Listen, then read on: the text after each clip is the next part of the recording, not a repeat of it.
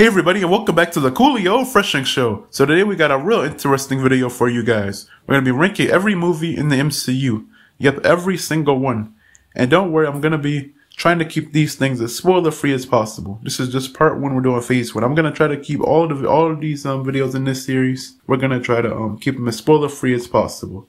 So here's how it's going to work. As I just said, I'm going to try to keep it as spoiler free as I can. And number two, this is going to be just my opinion. This is not going to be I like this one, but objectively this one's better, guys. I know that objectively that one's better, but I like this. So y'all know by now that I hate that type of stuff. Y'all know that by now. All right, let's get straight into it.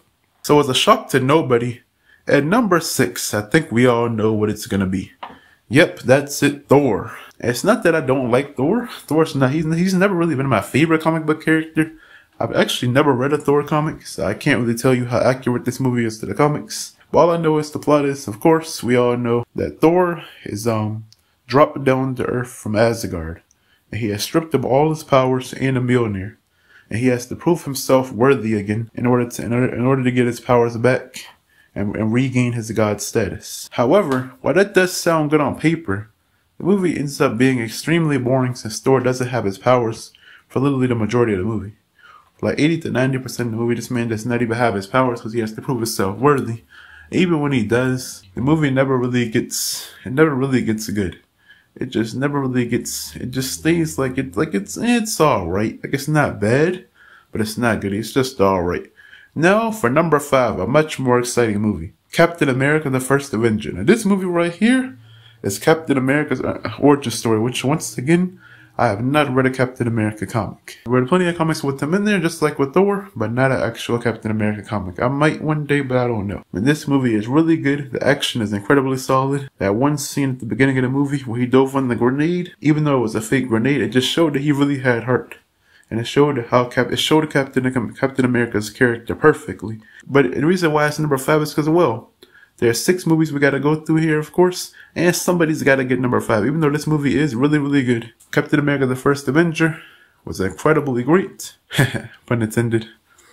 And The Incredible Hulk is even more, well, incredible. Incredible Hulk starts off with not the Hulk origin, of course. We don't get a Hulk origin, which I'm kind of glad. Since Ang Lee's Hulk already did the origin. If you already seen that, you probably don't want to see it again, so I guess it doesn't really matter. This movie is about, of course, Bruce Banner and his difficulties with the Hulk, just like in the comics, even though I've never read a Hulk comic also. And yes, I'm kind of sounding like I don't know what I'm talking about here, but I have watched all the movies though. I haven't read everybody's comics. I've read a lot of comics, but I haven't read everybody's. Okay, let me just get it out the way. I haven't read anybody's comics on the list except for number 1, but I'm not going to spoil that yet.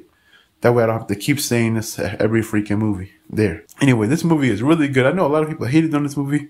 They said it was bad, but I like the dark and gritty Hulks though, because they reduced Hulk to being a freaking meme at this point. Bruh's basically a freaking meme. He's a walking, talking meme.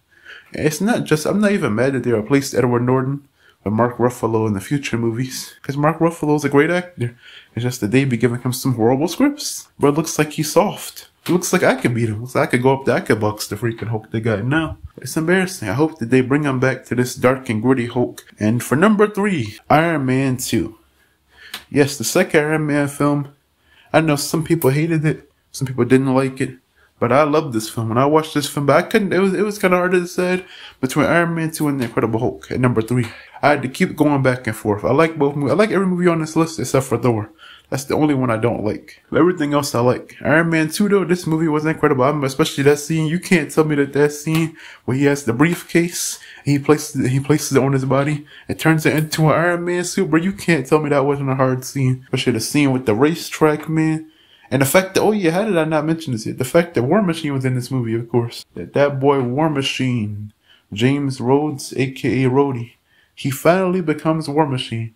Even though he was looking a little bit different for some reason. I don't know. Maybe he got a haircut or something. I don't know. And now for number 2, Iron Man. The original Iron Man movie. And the one that kicked off the MCU as we know it today. Iron Man was looking invincible, pun intended, in this movie. Bro, this movie was so lit, man, when this movie dropped. Literally everybody and their mama went to go see this, it seemed. Everybody watched this. If you haven't watched this movie yet, they're like, but what are you doing? You might need to cut this video off and go watch this movie. Because this is honestly one of the best MCU. It's not just one of the best MCU movies.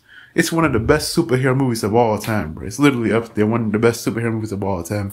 It's easily top 10, hands down. It's a top 10, one of the best superhero movies ever made. When I first saw this, I mean, you have to remember, I'm not even a big Iron Man fan. I'm a Spider-Man fan. I'm not even a big Iron Man fan. After I saw this movie, I became way more of an Iron Man fan than I used to be. It was serious, but it had comedic moments. That's what I missed in when MCU was. I missed when MCU was actually serious. It had comedic moments, and this movie was amazing. For number one, you already guessed it. There's only one movie left I didn't say, and that's The Avengers, of course. What else was I gonna say? It's the freaking Avengers. If you haven't watched this movie yet, then really, what are you doing? This is ahead of Iron Man. This is literally one of the best superhero movies of all time. If y'all want to see the top 10 superhero movies of all time, I could probably do that for y'all. Tell me in the comment section. The Avengers is definitely going to be in it. It's definitely 100% on that list. When I first saw this movie, when I was in the theater, everybody was turned in the theater. The whole theater, it looked like it was a sporting event or something, the way the crowd was cheering. The crowd was cheering like it was the freaking Bulls in the finals or something. Because this movie had Iron Man, Captain America, the Incredible Hulk, Black Widow, Hawkeye, and Thor. This movie was amazing. And with Nick Fury, played by Samuel L. Jackson, man, this thing was one for the age, especially that scene where the camera spins around and they suiting up again. That scene, man, that jink was incredible. The only thing that I was missing was somebody saying Avengers Assemble. But man, this movie was incredible. That's number one. If you haven't seen this yet, you definitely gotta watch this. It's on Disney. I mean, all of these are on Disney Plus. Well, I'll see you guys next time on the Coolio Fresher Show. I'll see you guys next time on the Coolio Freshing Show. I said shoe. What am I talking about? And we're gonna do phase 2 next time. We rank every MCU movie.